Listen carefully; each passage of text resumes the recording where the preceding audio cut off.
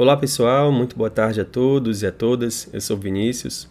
Quero trazer a vocês uma prova recente da Banca Consulplan, que foi aplicada na Prefeitura Municipal de Nova Iguaçu, Rio de Janeiro, e assim atender ao pedido de um inscrito, o senhor Gilmar Manuel, que enviou a seguinte mensagem: Boa noite, você tem provas de concursos anteriores da Consulplan?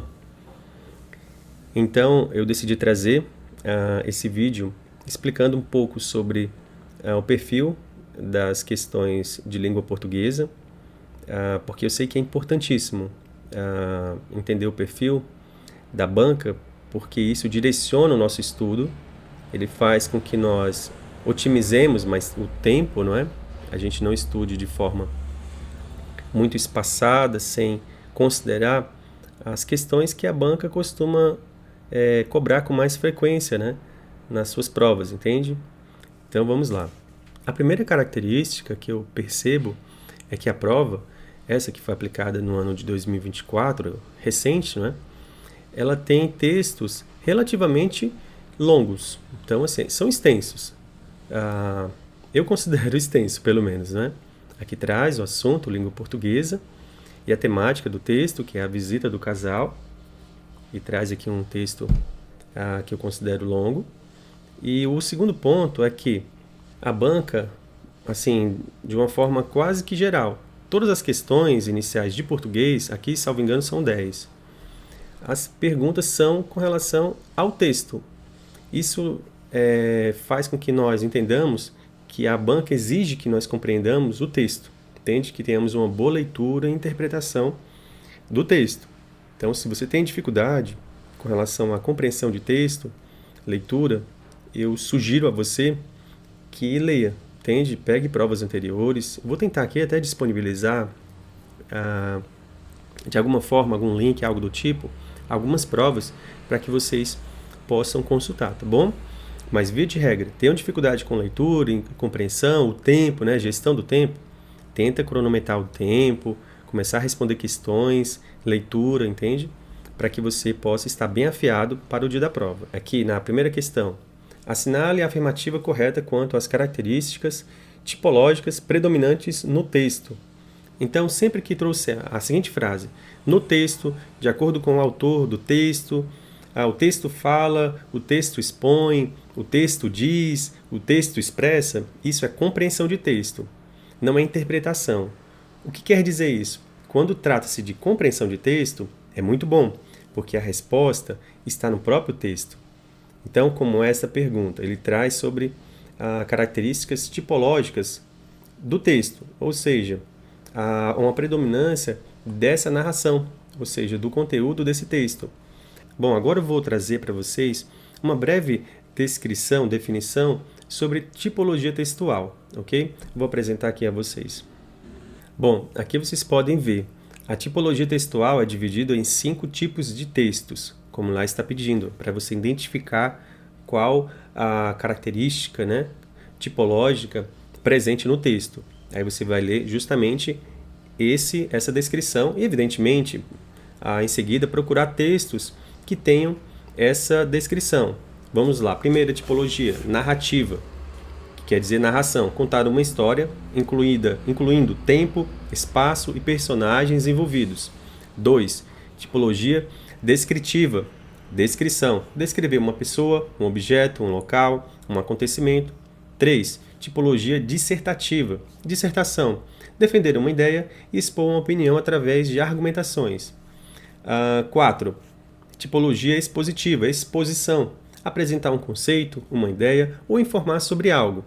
E 5. Tipologia injuntiva, que quer dizer injunção, que é ensinar ou instruir alguém sobre algo, sobre um objeto, sobre uma receita de bolo, sobre como consertar um determinado objeto, enfim, tudo aquilo que tenha o sentido de ensinar ou instruir alguém, ok? Então fique atento a esse assunto, a tipologia textual, e procure textos com a tipologia narrativa, descritiva, dissertativa, expositiva e injuntiva. Por exemplo, apresente para mim um texto com a narrativa, com a tipologia textual narrativa. Você pode pôr no Google. Apresente para mim um texto com a narrativa, ou melhor, com a tipologia textual descritiva, com a tipologia textual dissertativa, com a tipologia textual expositiva, injuntiva, por exemplo. Porque quando você lê esses textos e lê a descrição e o texto, você terá como assimilar bem as características. E isso fará com que, quando você estiver lendo um texto, poxa, esse texto aqui, ele é narrativo, ele está contando uma história, incluindo tempo, espaço e personagens. Não, esse texto aqui, ele é injuntivo, está ensinando alguém a fazer algo, entende? Então é isso aí, aqui é uma dica aqui do Vinícius para você otimizar o seu estudo e ir bem nessa prova. Vamos seguir. Vamos lá. Prosseguindo com a análise desta prova. Aqui podemos perceber que o texto, né, assim como eu havia dito, a prova ela cobra, as crônicas de Rubem Braga apresentam reflexões sobre acontecimentos cotidianos e tratam de temas de caráter universal, aí fala como linguagem objetiva e tudo mais. Isto com relação ao texto, ou seja, compreensão de texto. Prosseguindo, a terceira questão diz: levando-se em consideração as relações sintáticas estabelecidas entre os termos das orações, é possível afirmar que, dentre os termos destacados, fale francamente, e na rua, ocorrem circunstâncias de respectivamente. Então, os termos destacados, é esses aqui que vem grifado, né, com esse tracinho embaixo.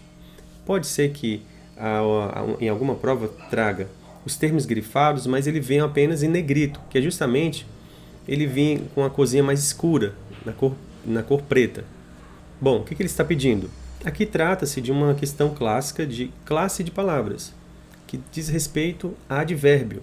Quando trouxer a frase, vier um verbo e posteriormente ao verbo, que é o verbo falar. Eu falo, tu falas, ele fala e por aí vai. Com uma palavrazinha que termina em mente, fale francamente, verdadeiramente e por aí vai, isso daqui será um advérbio de modo. Entende? Ou seja, como ele falou francamente, ou seja, ele falou de uma forma sincera, de uma forma verídica, honesta e etc. e tal. E o outro termo é na rua. Isso aqui é lugar. Então, nós entendemos que está falando de um advérbio, por isso eu digo a vocês, estudem classe de palavras, que são 10, salvo engano, são 10. Entre elas, o advérbio, o verbo, a interjeição e por aí vai. Quando trouxer sempre o mente na frase, acompanhada de um verbo, isso aqui é um advérbio, evidentemente, de modo. E na rua, de lugar. Então, logo, a resposta correta é modo e lugar, tá bom? Vamos seguir. A questão de número 4 diz: a compreensão de um texto se dá não apenas pelo processamento de informações explícitas, mas também, aí ele começa a trazer sobre a descrição de o que é uma compreensão de texto. Como eu disse anteriormente, leiam sobre a descrição, o conceito de compreensão de texto e interpretação de texto. Porque facilmente, vocês lendo isso aqui, você rapidamente mata essa questão. Vamos lá, prosseguindo. Olha só, a quinta questão ele traz um assunto de figuras de linguagem, a prosopopeia. Então, mas que tem a ver, evidentemente, com o texto. Aqui ele faz uma pequena, já torna a questão um pouco mais dinâmica. É uma compreensão de texto, no entanto, associada a uma figura de linguagem. Então, continuar estudando compreensão de texto e também estudar figuras de linguagem. Vá anotando aí, tá bom? Prosseguindo.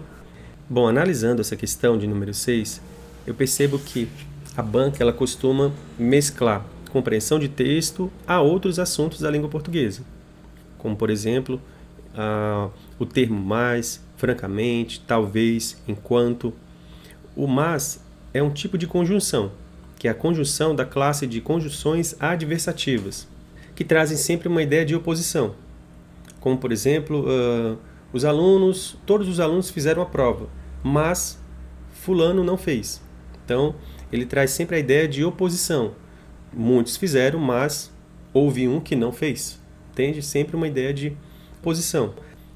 Bom, agora nós temos aqui a 7ª questão, que traz fragmentos do texto e cobra, evidentemente, outros assuntos da língua portuguesa, como, por exemplo, tempo e modo verbal. Como diz aqui. Você já reparou nessa camisa dele? A forma verbal sublinhada determina o mesmo tempo e modo verbal apresentados em, aí, opção A, B, C e D. Aqui diz respeito ao parágrafo para você localizar essas informações. Então é importante estudar modos verbais também. Bom, questão de número 8 traz a tão conhecida crase, né? Então é importante estudar a crase, porque em todos os concursos, e isso tudo aqui é sem exceção, sempre tem uma questãozinha sobre crase. Então a crase é muito cobrada. Vou trazer aqui para vocês apenas uma descrição sucinta, né, sobre o que é crase, para que vocês possam entender um pouco também sobre isso, para não ficar tão vago.